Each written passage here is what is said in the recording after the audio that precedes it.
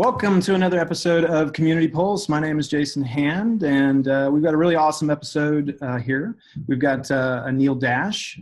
So before we say hello to him, we'll go around the horn and introduce the rest of the group. We'll start with PJ. Hey everybody, PJ Haggerty at Asplenic on Twitter. Happy to be here for another episode. Hi everyone, it's Mary here at Mary_Grace on Twitter. Glad to have you here. And I'm Anil Dash, and Anil Dash on Twitter. Made it easy. Awesome.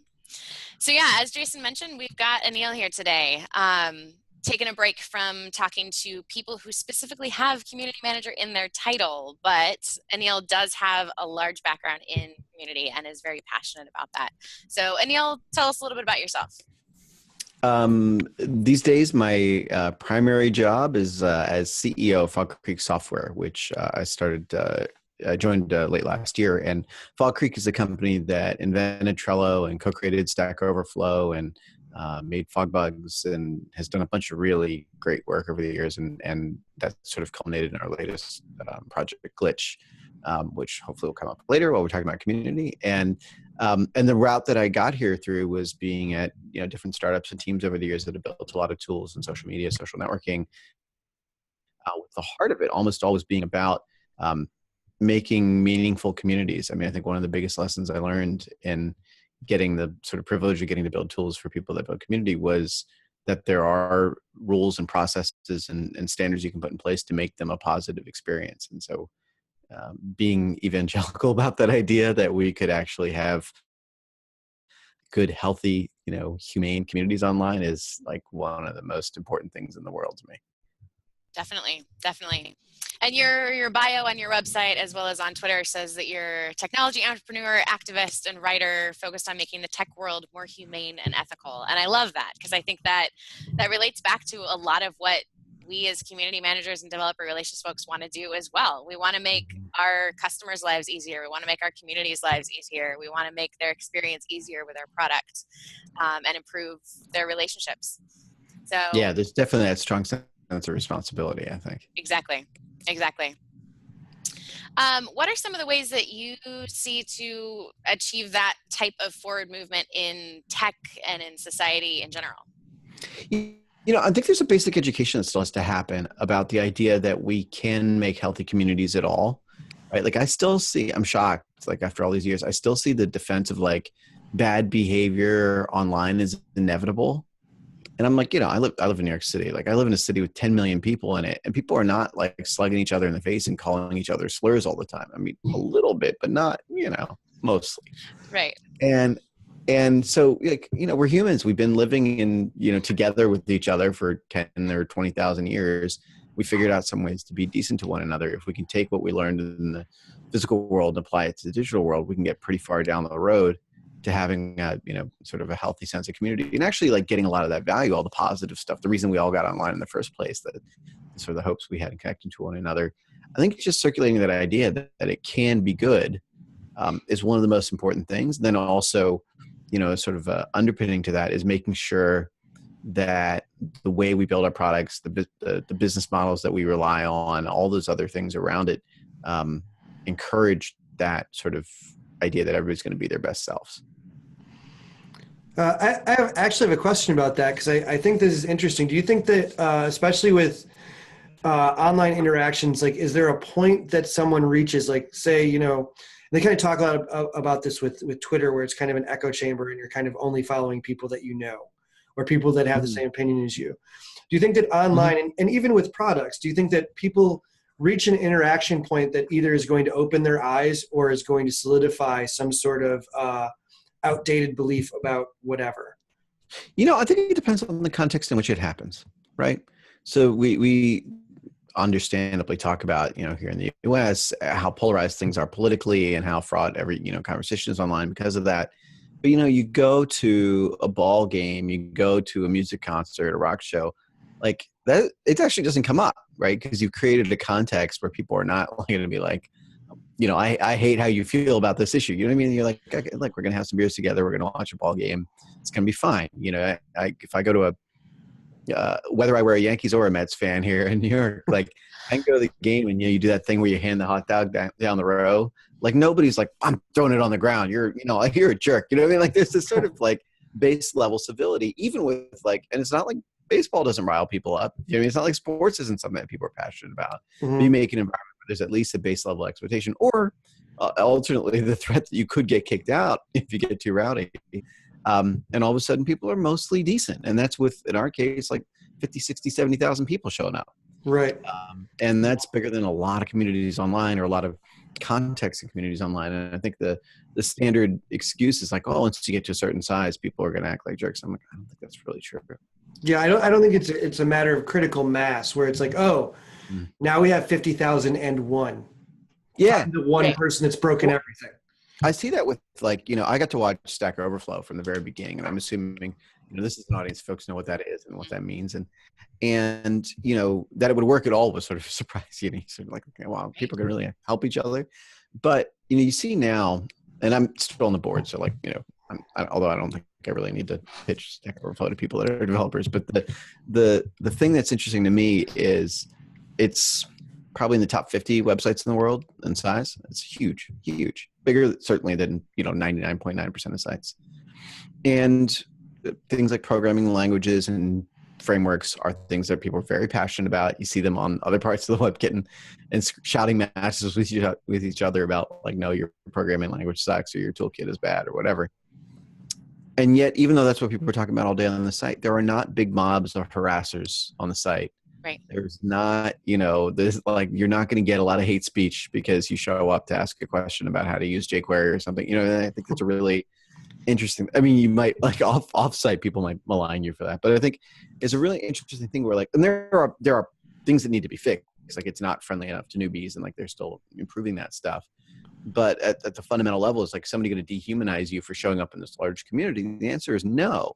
And so like we've shown that they can work at very large scale. And so that excuse of like, oh, if you have tens of millions of users, you can't possibly have it be a civil place is demonstrably false. Yet we still see that treated as if it's just, gospel. Right. Mm-hmm. And I think, I feel like, oh, sorry. Just I got one thought I want to say real quick before I forget it. A big reason obviously for a lot of, silliness online and kind of fighting and just, I can't think of a better way than just calling it silliness, to be honest. That negativity.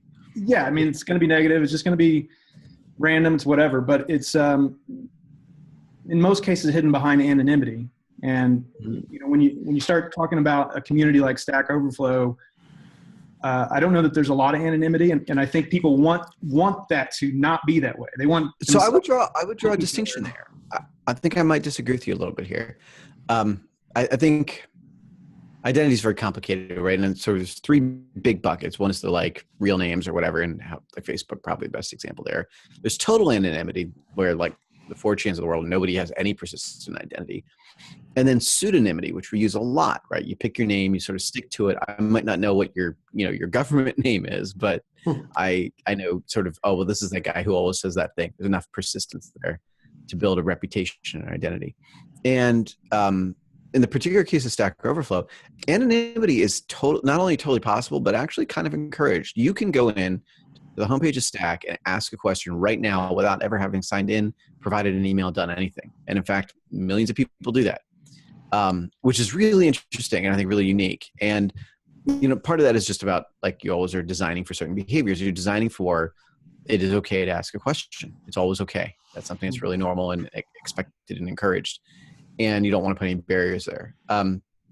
But what are the incentives for having a pseudonymous, consistent, persistent identity, whether it's your real name or not?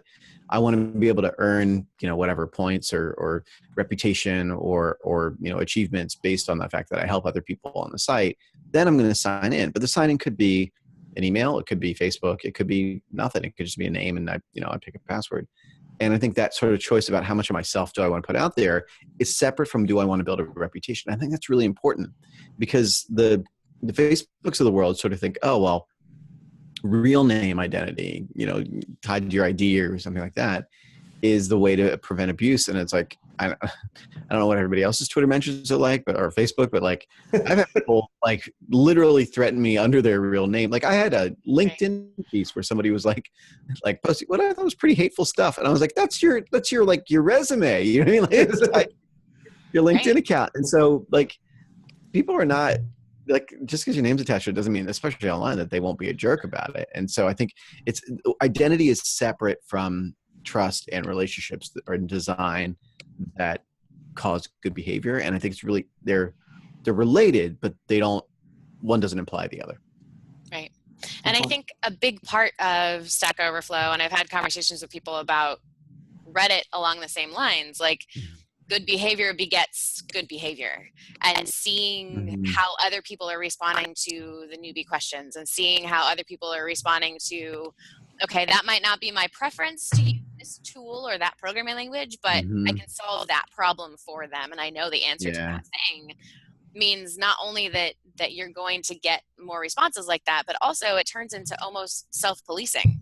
So when someone does come in and say, well, how dare you use this thing, you almost don't need the Stack Overflow folks to go, that's not okay. Yeah, because it's seen as a transgression, right? There's a set of norms and expectations and all the things we have, right? Like if somebody comes into the lobby of our building and is shouting stuff, you're like, whoa, calm down. Like you might give them like, that's not what we're doing here. And then if they persist, you're like, all right, you're out. Yeah. Right. And I think, whatever, you ever see somebody like raise their voice at a restaurant or something, you're like, gosh, this isn't the place. And I think being able to create that sense of expectation. And I think Reddit's a really good example because Reddit and Stack are both sort of networks of individual communities, right?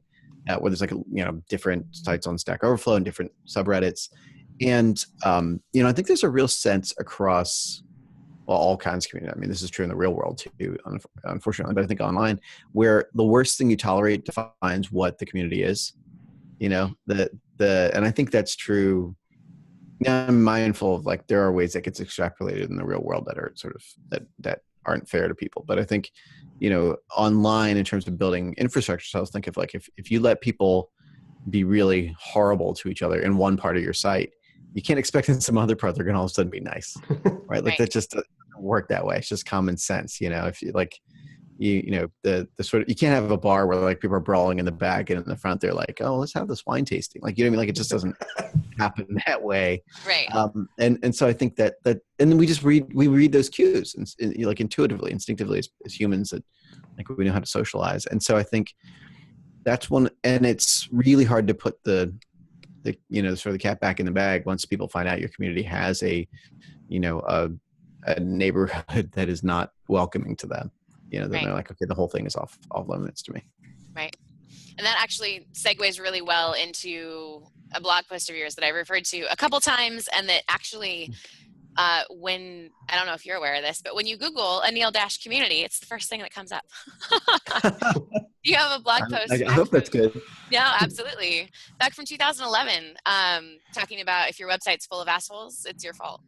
And how to handle that and what to do about that, and the excuses that people make, but also the choices that we need to make as community managers to make sure that we're setting ourselves up for success with how our community is relating to each other. Yeah, it still is shocking to me that it's an argument that needs to be made at all. Right. It's really obvious. Like I have a 6-year-old kid, and you end up going to birthday parties every weekend because like that's all mathematically you have 30 kids in a class, 50 weeks in a year. You're going to have like a couple weeks a year you're not going to a birthday.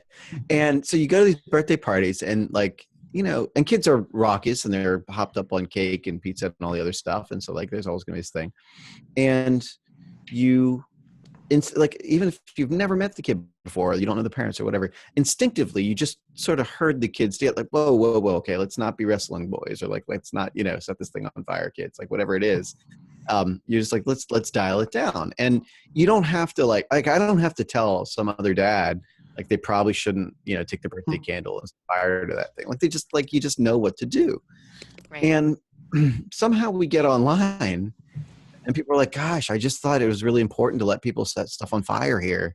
Like I didn't want to constrain them. I didn't want to rein them in, even though they were like, those kids were burning down, the party hats. And I think it's just this, and I think there's some cultural reasons why the web was that way. Like there was this sort of like Wild West story that was told about the web 20 years ago, but it's like, look, we're all spending all day on Facebook. Like it ain't Wild West. They're selling ads, right?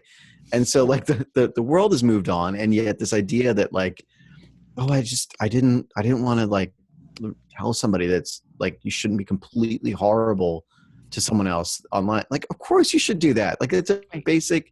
You would, like I said, you would literally do that to a child. You would literally tell a 5-year-old like that's not an appropriate way to behave, and you shouldn't have to tell an adult that. But of course, like if they are transgressing in the manner of a preschooler, then of course you should.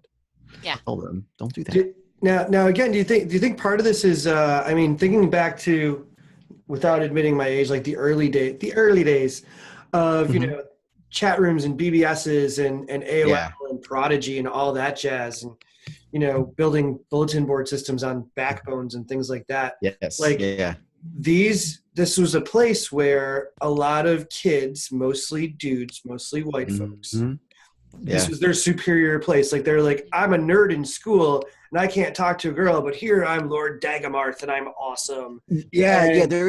That's still that narrative of the nerd underdog, right? And I mean, you know, we're all, not that I'm saying that's good, but like no, exactly. But I think if we were, you know, if we were admitting our age, we would know that we're old enough that there used to be Revenge of the Nerds movies, right? Yes. And it was like the nerds as underdogs, and I'm like, okay, that is a cultural narrative. We all understand that reference point. However, the richest, most powerful people in the history of the world right now are all nerds, right? So you take Zuckerberg, you take Bill Gates, you take Larry Ellison, you take whoever you want to point to. And it's like, you're not underdogs. You are not like on the margins, like, oh, you're not getting, like you're not getting swirlies, you know, when you go to work anymore. Like you're doing just fine. And in fact, like Larry Ellison owns like a Hawaiian island, right? You know what I mean? Like you're on some other level. Like they're literally like these guys, like Bezos and these guys are competing to see who can like go to Mars first, right? Like when you're in pure Bond villain territory, then like you can't be like I'm the underdog anymore. And so I think that's a thing that's really, it's weird that they're like, yeah, sure, I'm trying to like I have a private personal rocket project that I'm doing. Also, I'm still an underdog who's bullied. And I'm like, no, I don't. You know, I just don't think it's true. Like, it doesn't really. It seems kind of like bullshit. Well, and I think the thing that's important is realizing, like, okay, so that used to be the narrative, and now that's not the case anymore. Which then means we're the ones now responsible to make sure that changes, to make sure that narrative doesn't come back, to make sure. Yeah, and cultural change is really hard. Get better. Exactly. Yeah. Yeah, it's almost like it's almost like feeling like you have to walk around with a sign being like, it's not 1986. It's not 1986. Yeah. It's not. We let it go. Yeah. Well, and also the sort of like in the communities we talk about, if you talk about YouTube, you talk about Reddit, you know, hundreds of millions of people are going. It's not even, you know, 1 million, 10 million, whatever. Hundreds of millions of people are going. So like you have to feel a responsibility to that. And also they're making billions of dollars. Like YouTube makes, you know, infinite dollars by any reasonable measure. And so, you know, there's a responsibility that comes with like minting money, which is you should be taking care of the people who are there and the reason that you're doing it. So that actually segues really, really nicely into a question that I wanted to ask about who is responsible for community culture and building community at a company. Because I think so often it's pigeonholed into our departments, but is that actually the case? You know, assuming your audience is mostly community managers and people that have that responsibility, what I'll tell you is you don't have enough resources and you aren't given enough power. And you can tell them that the CEO of a company said that. And if you want me to talk to your boss, ping me on Twitter and I'll do it, because that's going to happen. It's a, you know what I mean? It's such a critical role, and it gets disrespected and under-resourced and not properly approached as the core to the strategy of a company. And, you know, and I actually see it as analogous to, if you go back 15 years ago, you know, design wasn't really respected enough in terms of like creating apps and websites. It was this like, we'll put some design on it after it's done, right? Like, and it was only at the, you know, the aesthetic level, not the sort of functional level. And it took a concerted effort by an entire industry to sort of redefine design as being more important. Of course, then you had these examples you could point to of whatever the iPhone and iPod came out, and it was like, okay, well, design distinguished this thing, and it took over a whole market. Right. And that education process took, a decade or two, but it did work. Now people are like, okay, if you talk to a startup and they don't have a designer, you'd be like, that's bizarre. What's wrong with you? Right, exactly. And yet you do still talk to companies that have products that are based on community and don't have community managers. Right. Or they have a community manager, and what is often the case, they are among the more junior people, maybe the most junior people on the team. They are forced to do or asked to do separate disciplines that are related but that are complicated to do at the same time, like managing social media and communications and marketing, which are important disciplines. In some, small enough team, of course, you're going to have multiple roles, but often they're not. They're sort of stretched in between those things. They're disproportionately women in organizations that are overwhelmingly male and often underpaid, right? And so, and then many times it's the newest role of the company, right? So they're the least tenure, least seniority.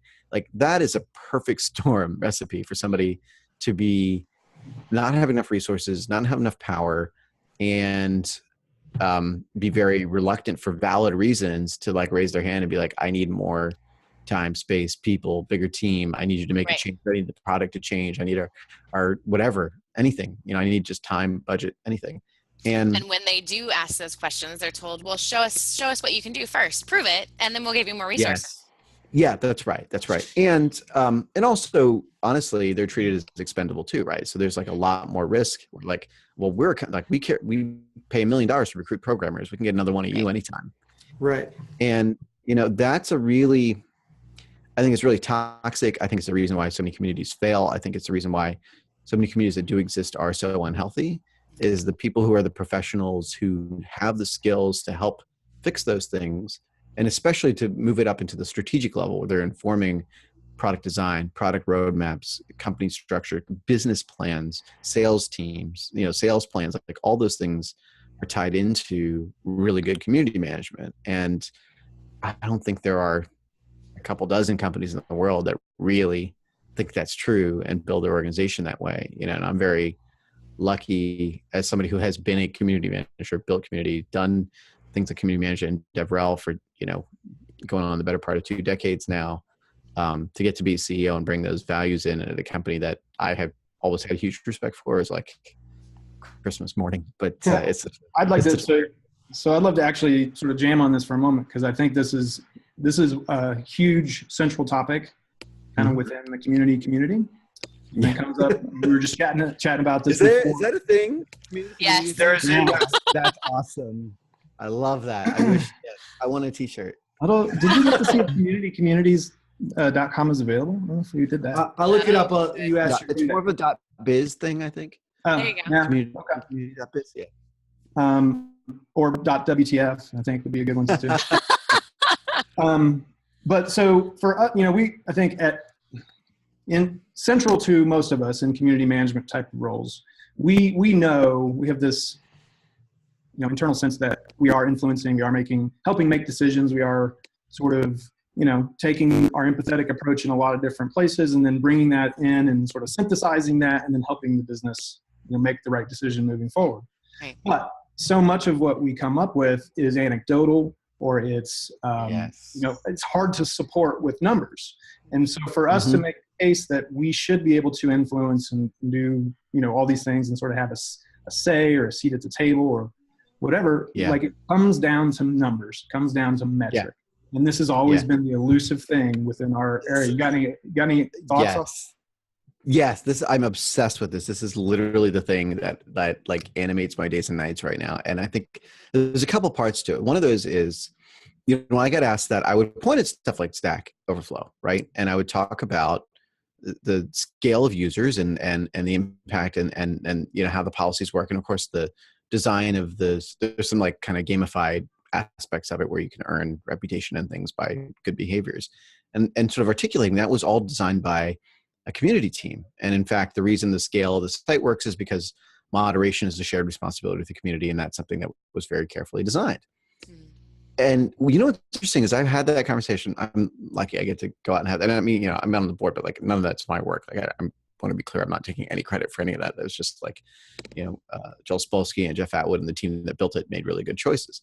But I got to watch it, like I said, so you're like, okay, yeah, it's working pretty well.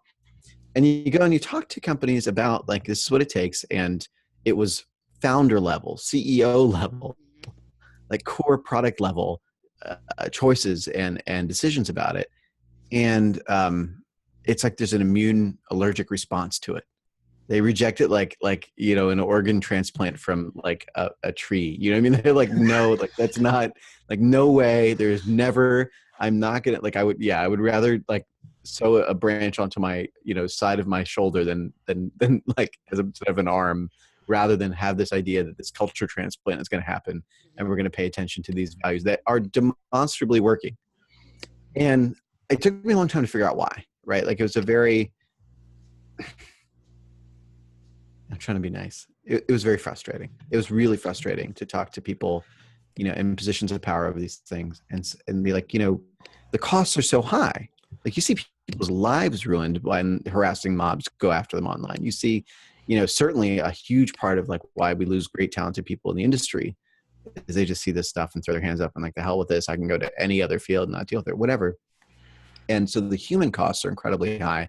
Of course, dollar costs are high too, right? So you have the like advertisers don't want to be on the site with that stuff or whatever your issues are. And, you know, one was ignorance. They just didn't know that it's possible to make a healthy site. They didn't know it's possible to make a community that works. They thought it would be too expensive or impossibly hard. And they didn't know there were good examples. And that it's not an excuse, but I'm at least, okay, that's whatever. You don't know. You got to be educated. There's all of us have stuff we don't know. And then there was a sort of deeper thing, which was like, but this makes me have to give up power, right? Like to have a really successful community, you have to empower your community. To have a really healthy community, they have to have agency and control and real influence over what the community is doing and what your roadmap is going to be, what your company is going to do, if they're the ones managing the community. And that was actually the thing. That was the thing where it was like, I know better than them, right? Like that's the core of this thing is you get founders, executives, whoever that are like, I know better than our community what they need. And they will always come back to like, you know, well, Steve Jobs said, you know, if I ask the people what they want a faster horse, but what I want is a car. First of all, you're not Steve Jobs. Second of all, Apple's never made a successful community. So, you know, there's this really core thing where I'm like, if like, maybe that works if you're making smartphones and nobody's ever made a smartphone before, but like iTunes Ping didn't really set the world on fire. Mm-hmm. So, you know, using that as the benchmark for how to design community doesn't work. And right. I think you, sorry to interrupt, but I think you bring up an interesting point there. The difference between having a well-tuned, healthy community and having a group of well-tuned, healthy consumers. Like Apple has, they have healthy consumers. They're passionate and they love the company and that's great. They're like, but you're taking away my keyboards and my USB ports. Please, I don't want them anyway. They're so. Thank you. I'm free. I'm by convenience. And I think there's this really interesting thing where like all the community stuff that happens at Apple is outside, right? They do have a great community, but it's people knitting it together with meetups and conferences and podcasts and all the other stuff they do to sort of connect with one another. But it's not, and like, I'm not criticizing Apple. Like, I think that's a fine strategy. I mean, obviously it's worked fantastic. Yeah, screw them. I mean, what are they doing? Yeah, exactly. I mean, I wish them well. Like, I hope they are able to pull through this tough time they've had of making difficult financial arrangements. Yeah, exactly. Like the struggle is real. But like putting that aside, I think it's a fine strategy. But they're also not interested in that. They weren't like, you know, can you consult with us about how we should do this new phone? You know, like no, we're going to tell you. I think that's fine, and you can make that work. But it's a different thing than what a community is. And they're broadly not interested in community. And that's a fine choice. I think that's a great choice. If you're like, I'm not going to commit to listening, I'm not going to commit to investing in empowering the community, and I'm not going to commit to making an iteration cycle where we can meaningfully respond to things outside of our organization, then you shouldn't have one. And they made the right choice there. And I think for people to think through, a company with arguably the best design in the world, their design for communities to not have one because they couldn't do it justice. I think that's a very telling choice, right? They have, by comparison to any other organization, infinite resources. And their choice was community was essentially too hard, too culturally difficult for them. And they didn't do it. I respect that very much, but we don't ever talk about it that way. Right. And I also think that there's some products and some companies that, like PJ said, you've got a very healthy, invested consumer base, but you don't necessarily need that to be a community. Yes. Yeah. I remember when I was interviewing for my latest job that I'm at, and actually talked myself and the interviewer out of hiring me for the position, because through the series of questions I was asking, I realized you don't need a community manager. You're not looking to do that. You're looking for someone to grow your user base. You're not looking for someone to build a community of the people who are using your product. Yeah, you're looking for pre-sales. Yeah. Right. Yeah. Right. Yeah. You're looking for a sales engineer. You're looking for pre-sales. You're looking for someone and I would to say, find your consumers. And probably customer success as well, because that's going to end up being their role to sort of maintain those relationships. But right. And those things are all valuable. And I think knowing that these disciplines are separate, which I think a lot of leaders still don't know. But the other point about the metrics and the measurement and how do you make the ROI case in the organization, this is the thing I just keep coming back to. And, I started at Fog Creek late last year, so it's a little over 6 months. And this is a company with a ton of history, like just has made these awesome products. And again, I take no credit. That's all before my time. But you're like, how do I not screw it up? It's sort of what you think when you join the team. And they have been building this tool Glitch, which that was the reason I joined the company. It blew me away. It was like, it's a great, you go in your browser and you can just build an app and it's instantly deployed and you can collaborate with people on code, like Google Docs style where you're editing it together in real time. And it's just fun. It sort of brought back a lot of the joy of coding for me without this sort of frustration. But what we realized really early on was they had, the team had been building it.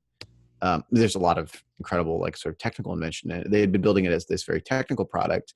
And what we kind of all realized simultaneously was it really doesn't work without becoming a community.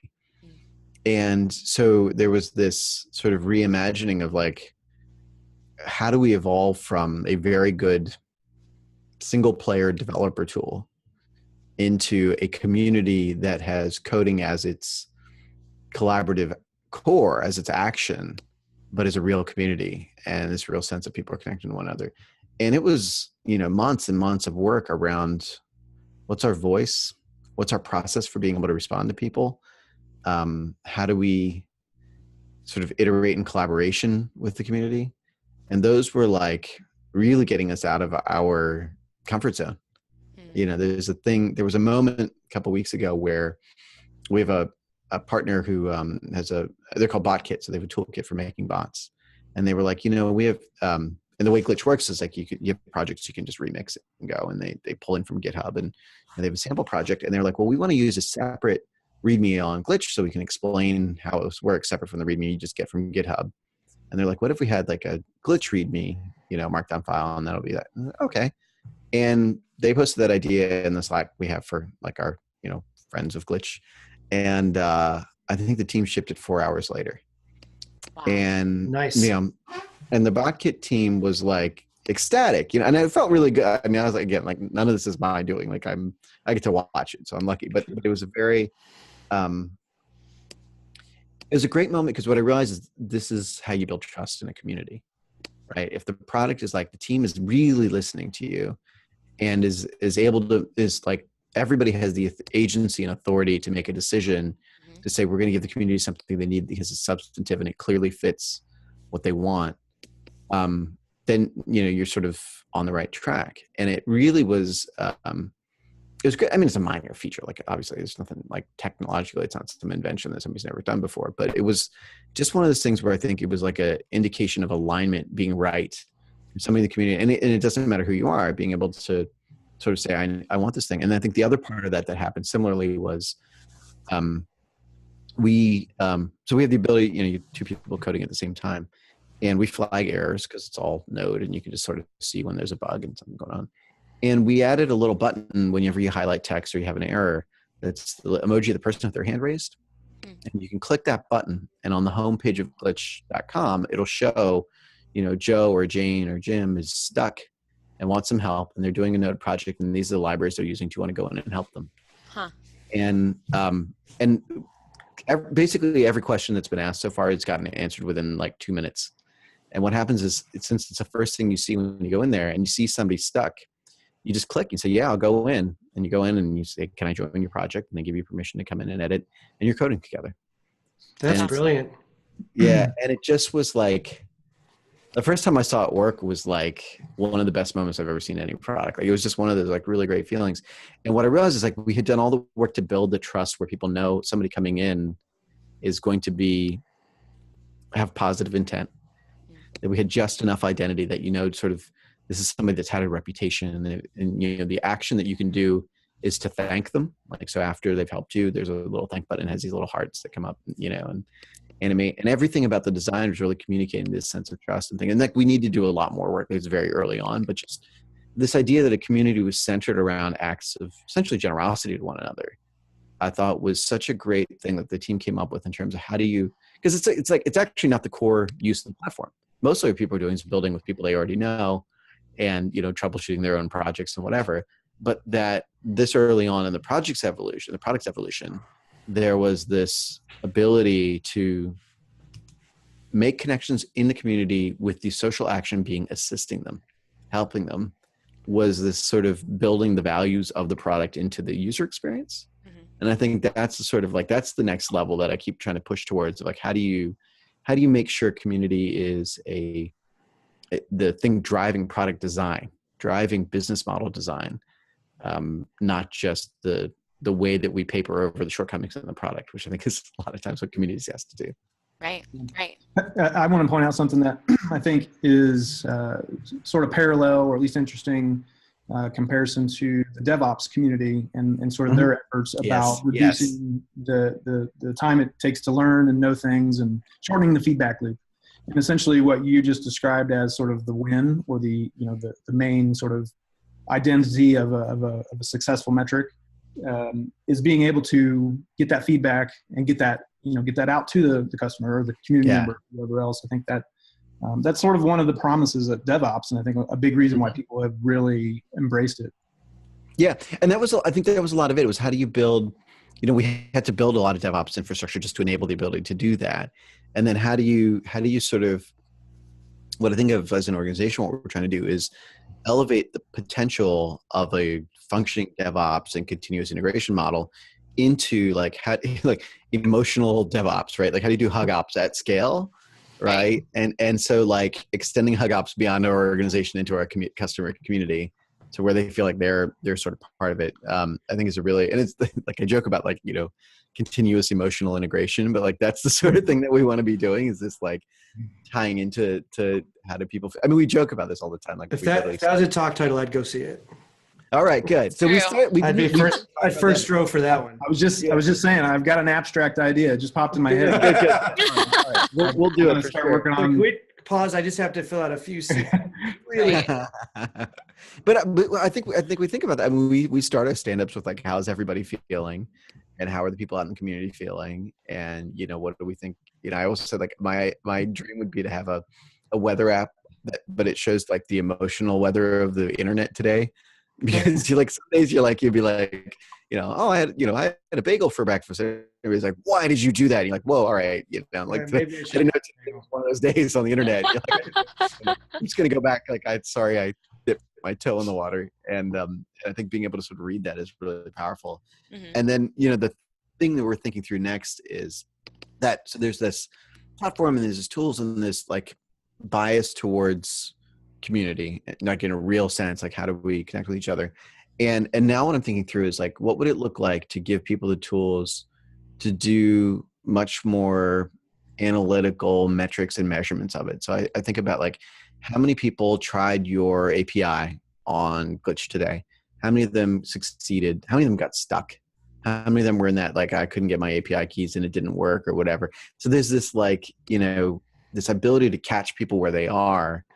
And we were talking about this with like Slack and Twilio and it's all these companies that have these big platforms of like, what would it mean to you to know the moment when somebody first got stuck and frustrated with your API, where they had the creative spark, the aha moment where they're like, oh, I know exactly what I would use this for. And they get down the road and they get something built and then they get stuck.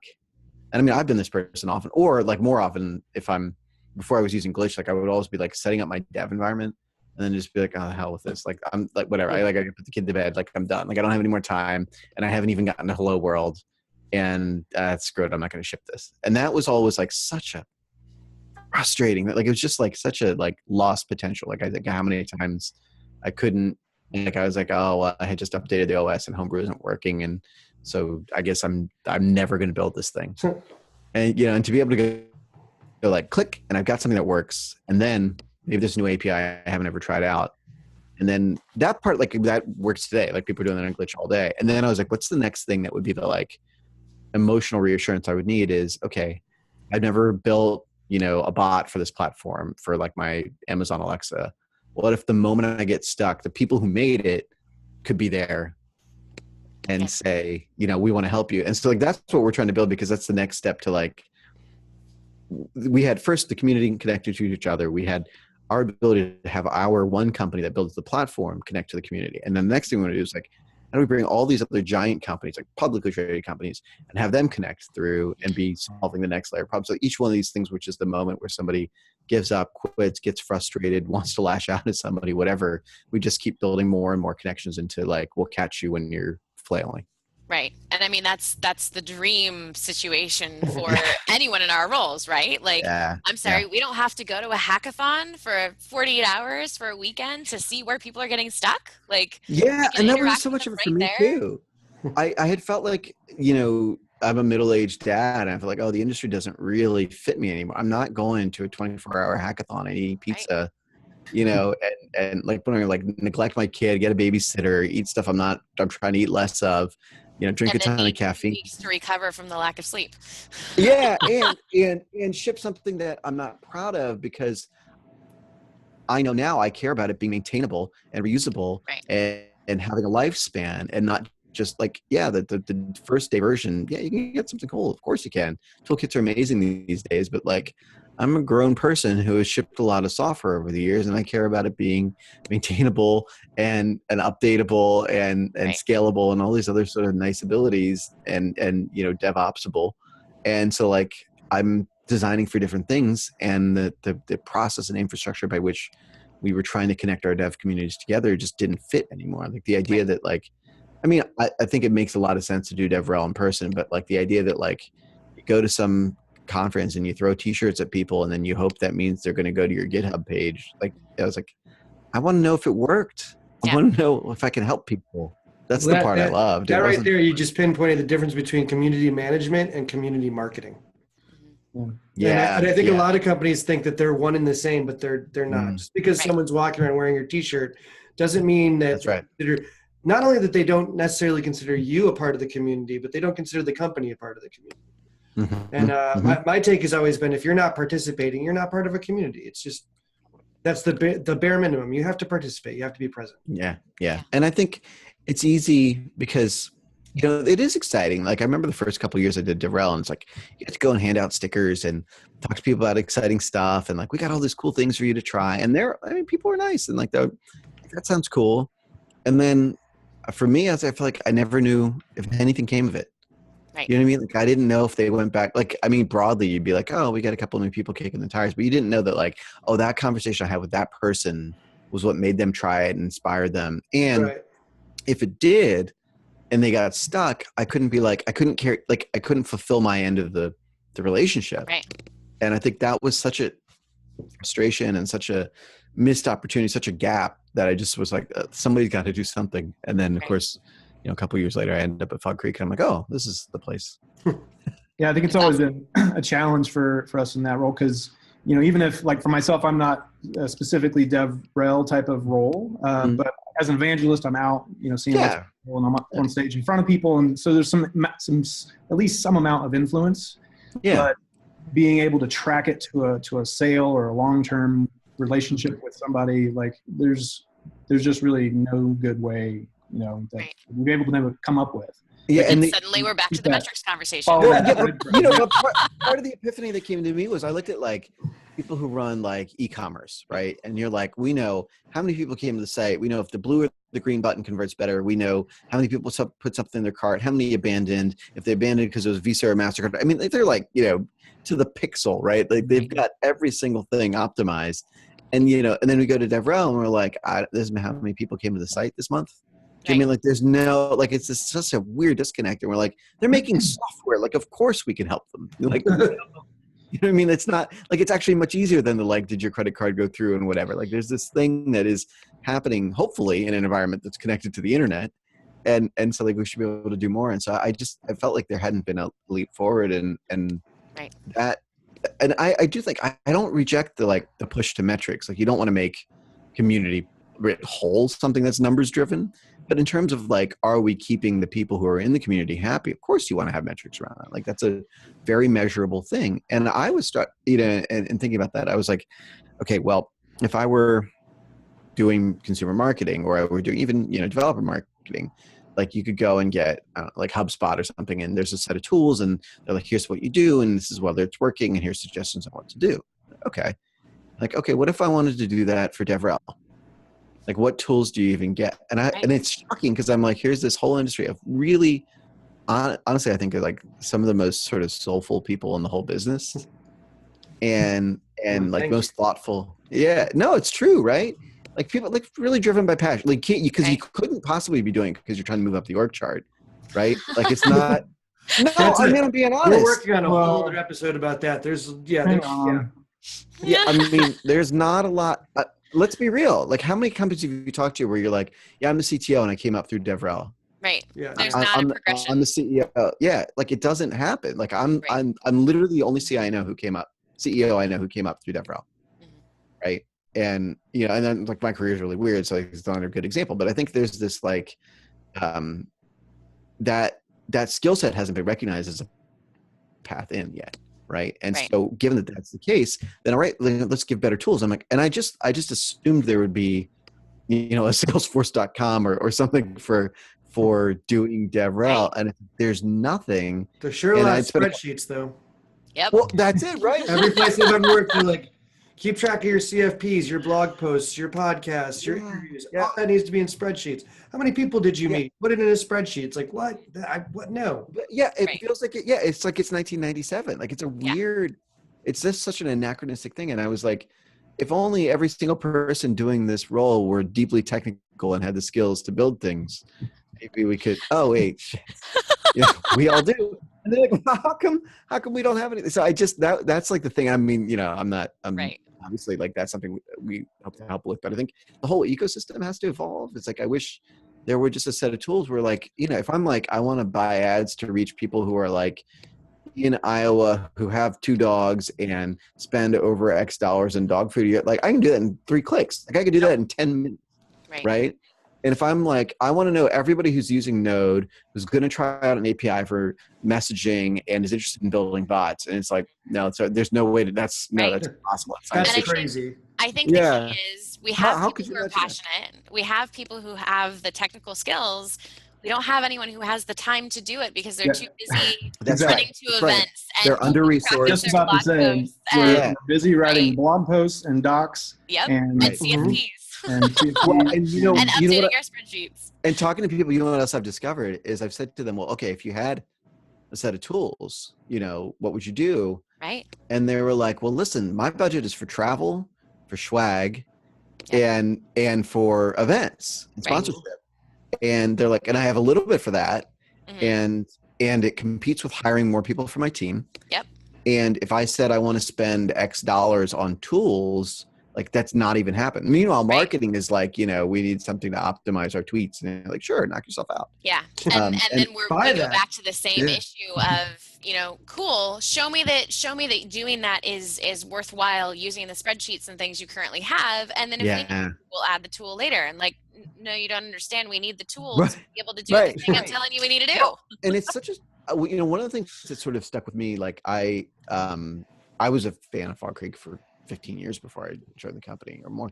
And, I remember back in the day, I would read Joel on Software, Joel Spolsky's blog, by our founder. And he would talk about like, get your coders the biggest monitor you can buy.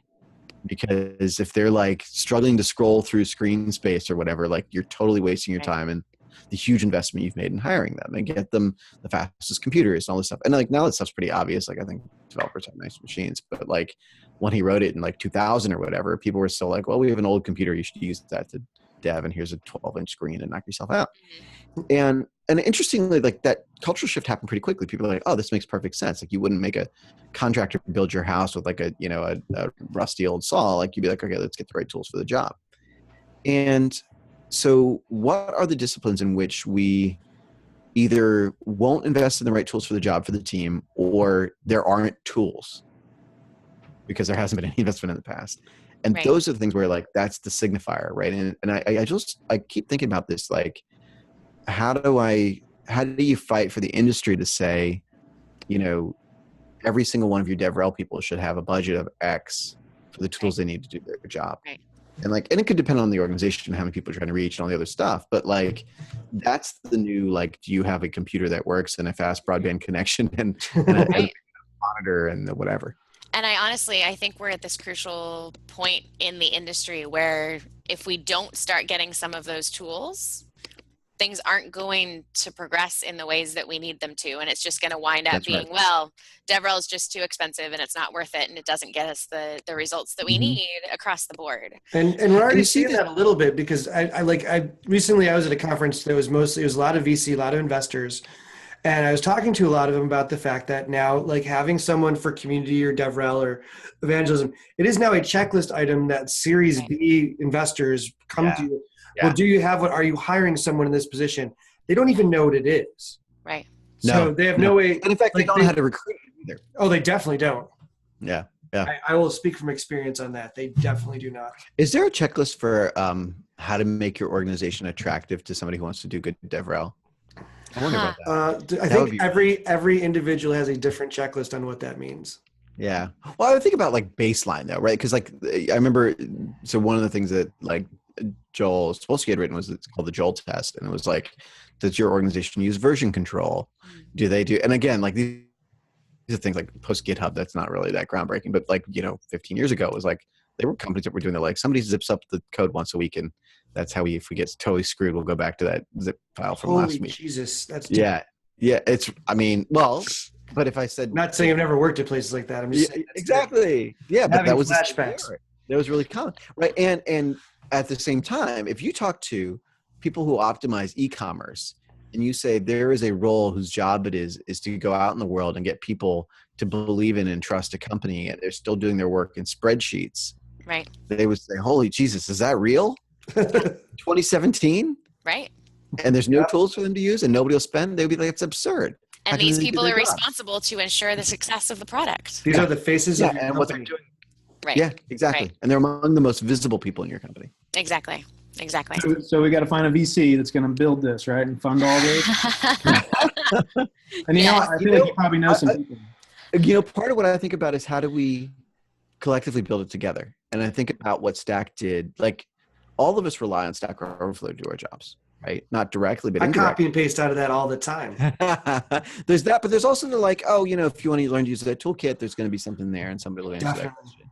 And so it was a platform that moved everybody up, even if we didn't I didn't answer that question, but like I can get you to the answer.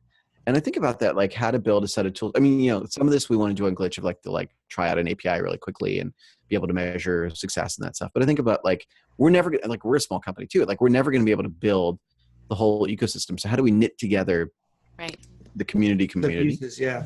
Yeah. And have them all say cause we're all rebuilding the same stuff from scratch. Right. And there is stuff that's bespoke and it has to work for your platform and whatever. But there's a little bit of this, which is just kind of like a sales funnel. You know what I mean? It's like X developers and they went through, this many of them converted into becoming, users of our platform. Some parts of that, there's so much knowledge. We should be able to capture it in processes, tools, whatever, and have a sort of vocabulary about it. And I think that sort of, I don't want to say professionalization because everybody who's doing it is very professional, but that formalization maybe of the process, I think can help us all sort of earn the spending, the investment, time and money from the organizations, because it is, I think as you said, it's the biggest threat to us being taken seriously as a discipline, as a as a field that people recognize as strategically important to a company, not just like a nice part of the marketing team. And it's time we put a README file up on GitHub and just start asking for pull requests. Yeah. I will freely admit I have in some free time, and there's actually some of it's up on the board behind me, like tried to like, I'm going to put something together, but then I'm always distracted from something. So I have like, nobody can do it alone. app that can compute how much a hotel costs right now. Yeah. That's all it does. Which is not. But the thing is, nobody can do it all on their own. But like, if we sort of capture all the different components of it, and people talk about it. I mean, you see the talks, conferences, and all that stuff, and it's such an interesting thing where it feels immature because there's like, I don't know, between all the companies doing it, there's got to be billions of dollars being spent. Right. Most of it's going to hotels, I guess. Yep. Yeah. You know, you're not wrong. And, and it's just such a weird, like, I don't know. It's great to be on this conversation with all of you because I think like there isn't a conversation out in the larger world, and the exceptions are like, like if you're a CEO at Twilio, okay, the importance of the APIs, right? But like there's like 5 companies like that. There's like Stripe and Twilio and whatever that are like an API is what we do. There are other companies that are headed that way. I mean, there will be more of those in the future, but like how many really, really big companies are in that space? Not that many. And so for them to see DevRel as, like I said, strategically important, and yet they put out press releases when they hire a new VP of sales. Oh yeah. Right. Fascinating. Well, I'm loving this conversation, but I'm also conscious of our time. And as we've been saying so often lately, I think we're going to have to pick this up another time and do a follow-up. For sure. I think that the entire fall, the 6 months in the fall, is going to be Community Pulse, the sequel. Just like everything they did in the first 6 months, we just repeat in this. That's good. I told you we'd come back to this. I like that. There you go. Well, stay tuned then, because that will probably happen. But before we leave, we always like to do our check it out section. And the first part of that is tools, projects, events, things relating to community or community building. And the second half is things you've been enjoying in your personal life lately, tech or non-tech, TV shows, things you use to decompress, all of that type of thing. So let's do a around the circle with that. Anil, we'll let you go second or third since we kind of sprung that on you. Yeah, sure. Jason, I see you making notes in there. How about you go first this time? Yeah. So like as we were talking ahead of time, I've been kind of heads down working on a book and a lot of travel lately. So I haven't really been exposed to a lot of neat things, I feel like, to share with others. But on the flight back from San Francisco last night, I was watching the latest live action movie for Death Note. And PJ and I started commiserating over our sort of favorite anime shows or whatever from the past. And I told him Death Note was sort of my gateway into the anime. Not that I've gone down that road very far, but I feel like Death Note is probably one of the better ones out there. And Mary was saying she's never watched any.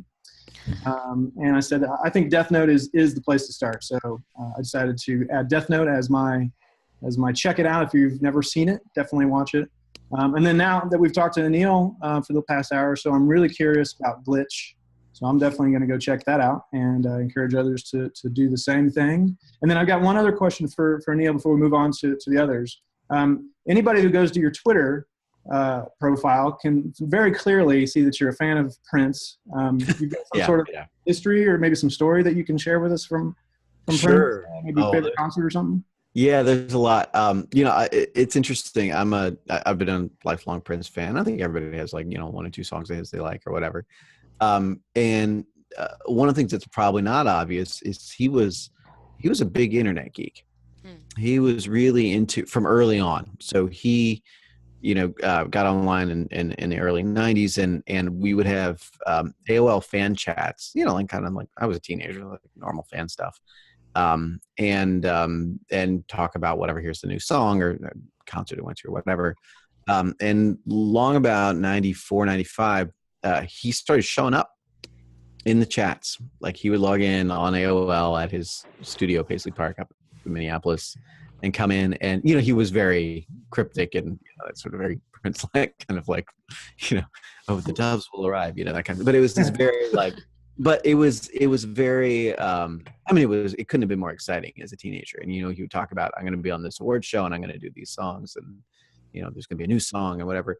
And it totally opened my eyes wide open about like, you could see the future of what all of the whole music industry was going to be, right? Like now you're like Rihanna's tweeting at fans and all that, like it's very normal. But to see that in like 20 some years ago was sort of an epiphany. And so like that was always one of those things where I knew obviously very talented musician and songwriter and all that other stuff, but I think that was such an interesting thing to me. And he kept that up the whole rest of his life. Like he always had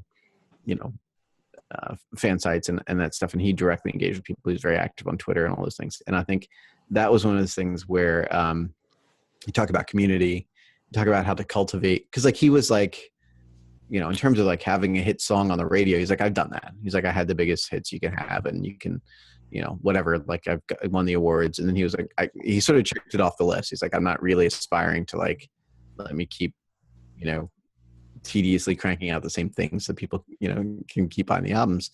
And I think it was really interesting where he shifted it into like really concerted online community building. And he was not always great at it because he's sort of figuring it out, and also he really did want that control. Like we talked about the sort of the companies and the organizations that are like, I don't want to give my community control. He wasn't like for the most part, come in here and hang out with me and help me play my guitar or something. But I think there was a really interesting sort of openness to it, even to the point where like he had, by the time he passed, the last tour he did, the outfits he wore on stage had been designed by fans online. The last guitar he held up at his last performance at his studio was one that a fan had designed. The cover art in his last albums or illustrations that fans online had designed. Like all that stuff was collaborations with an online community he built over 20 some years. And so I think that's something that particularly all of you folks that are watching, listening, like that was a really inspiring model to me, separate from this good good music to dance to or whatever. Yeah, Definitely great story. Thank you. Thanks. Mary, how about you? Sure. So this one we'll have to circle back to in December, and I'll let you know how it goes and how it was. But I'm super excited. Once a year at SparkPost, we can each choose a personal development conference to go to. And as community managers, we tend to attend a lot of conferences, but not often get to sit through a lot of the content. So I'm super excited about it. It's World of Business Ideas is the company that puts it on, but their focus for the New York City conference this year is humanification. And it's this idea around focusing on people and making your customers the focus of your business, making people the focus of your business, making, shall we say, community the focus of your business. So it got sent to me and recommended to me by a couple different friends, and they've always had a great focus on leadership and next steps in your career and things like that. So I'm excited to be attending that and excited to see what kind of information I get out of it. So if anyone else is attending that, let me know, and it'd be great to hang out with you while we're there. On a non-work level, part of my weekend is going to be devoted to playing Monument Valley 2, I have to admit. So if you're not familiar with Monument Valley, it's a iPhone. I'm guessing it might be out on Android as well. But it's this gorgeous puzzle game that has beautiful music and beautiful illustrations and is calm and relaxing, but fascinating and intriguing and everything all at the same time. And my boyfriend and I just discovered this past week that Monument Valley 2 is out, and I've been consciously not downloading it yet because I know that the second that I do, that's all I'm gonna want to do for a while. So that'll be part of my weekend. PJ, cool. What about you? So I got a few things. First of all, to kind of riff off of what Jason was mentioning with Death Note and anime, there's a big announcement this week that Cowboy Bebop, which was one of the most famous animes of all time, they are going to make a live action series, and everyone's very concerned because it was kind of a fabulous show. But in looking into it, I ended up coming across a website that actually has all 26 episodes online where you can watch them, because it's not available on Amazon, it's not available on Netflix. There are commercials on this site, but feel free to take a look. It is called animeplanet.com, and I'll put the link down at the bottom specifically for Cowboy Bebop. It's pretty cool, so I'm excited about that. I also recently have been reading a book. It is called The Complacent Class The Self-Defeating Quest for the American Dream by Tyler Cowen. And it's quite interesting because we come from this tech world where all we hear is like, oh, it's startups and hustle and everybody's doing their stuff and everybody, yeah, it's great. And it really takes kind of a sociological and almost an anthropological look at the fact that Americans as a culture are less willing to take risks. And you see a lot on, like, it's kind of lampooned on sitcoms and things like that, where, you know, they have the situation where an angry person yells at person in store and the other person demurs. And it's kind of analyzing what that means from like this aspect of society. Like, are you willing to just lay down and take it, or are you willing to go after your goals? And what brought us here, and how can we improve on that? So definitely a very interesting book. I know I had another thing and I totally forgot it because that's... Tyler's got a great blog, Marginal Revolution. Yeah, he does. He does, yeah. And I honestly didn't get into that until I read the book, but it's a very interesting, especially coming from tech kind of perspective. He's been doing it a long time, and he's a thoughtful writer. I don't agree with everything he says, but it's always worth a read. Yeah, you're right. I should add that I don't agree 100% with the book. However, I think it's a very interesting take. Mm-hmm. Very cool. I'll have to check it out. All right, Anil, you're up. A bunch of different things, but I think the first one that jumps to mind in terms of like just actually really inspiring thing that was built, it's called the Human Utility. A friend of mine, Tiffany Bell, created it, and it's humanutility.org or Human Utility on Twitter. And what it came out of was a initial project she made called the Detroit Water Project. And the way it works is it's a municipal water supply in Detroit will cut people off for lack of payment or for late payment. And actually, at certain points, it's costing people their houses. They can like be kicked out of their homes for not paying a water bill. And it's and in some cases, it's over $30, $40, $50, like very small amounts of money. And it's a really egregious situation. Of course, Detroit's water problems were part of what caused the issues in Flint. And so there's this very, very, fundamental human right kind of thing that is compromised. And then, Tiffany found a similar situation in Baltimore and other cities. And so what she's built is this really simple matching system where you can find people in need whose water bills need to be paid and just pay them. And it's very obvious. I mean, obviously we don't want to have to be in that situation, but it was such a straightforward way to help people with a inarguably necessary thing. And nobody had done it before. And it's not like, the algorithm is not complicated. This is not pushing the boundaries of computer science. This was about, being more thoughtful, more humane, and deciding how to apply her skills. And she's been brilliant with it. She actually was in Y Combinator with the project, and just launched a project where a bunch of very prominent VCs are doing a match on whatever people donate. So I think that's been something that is just for me, has been a really necessary reminder of what we can build. She built it, her and a friend built it in a weekend. Wow. And so being able to do that so quickly and with such impact, I mean, the letters she gets that she had posted are just heartrending, but also this sort of awe-inspiring, you can really change somebody's life. So that was Human Utility. That was my first pick. Awesome.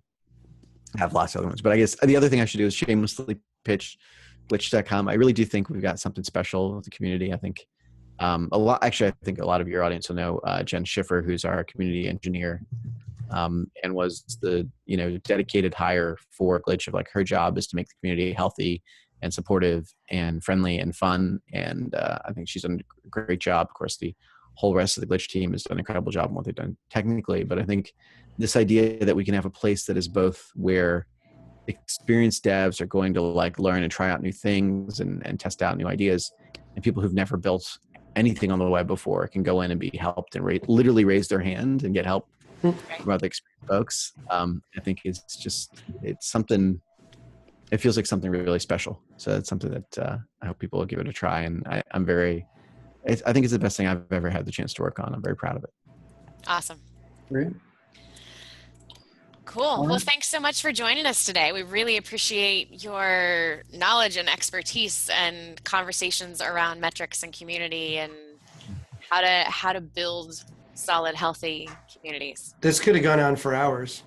Yeah, Yes. I would love to do it again sometime. I really appreciate the conversation and the perspective you all bring to it. And I do mean it sincerely. If you need, somebody with a whole bunch of inexplicably high Twitter follower count to yell at your boss about why they should be investing in community, I'm your guy. Come at me, DM me, tweet at me, and I will be happy to help you make the argument because it's something I believe in. And I'm very thankful for the work you all do.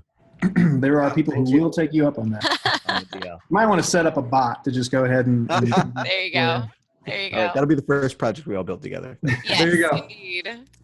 All right. Well, thanks so much, Anil. We appreciate it. And everyone listening, we will be back hopefully next month with another episode of Community Pulse. In the meantime, hit us up on Twitter, community_pulse. You can find me, Mary Thingval, at Mary_Grace on Twitter. And you can find me, PJ Haggerty, at Asplenic on Twitter. And I'm at Jason Hand on Twitter. And we'll catch you next time. Thanks again. Thanks so much.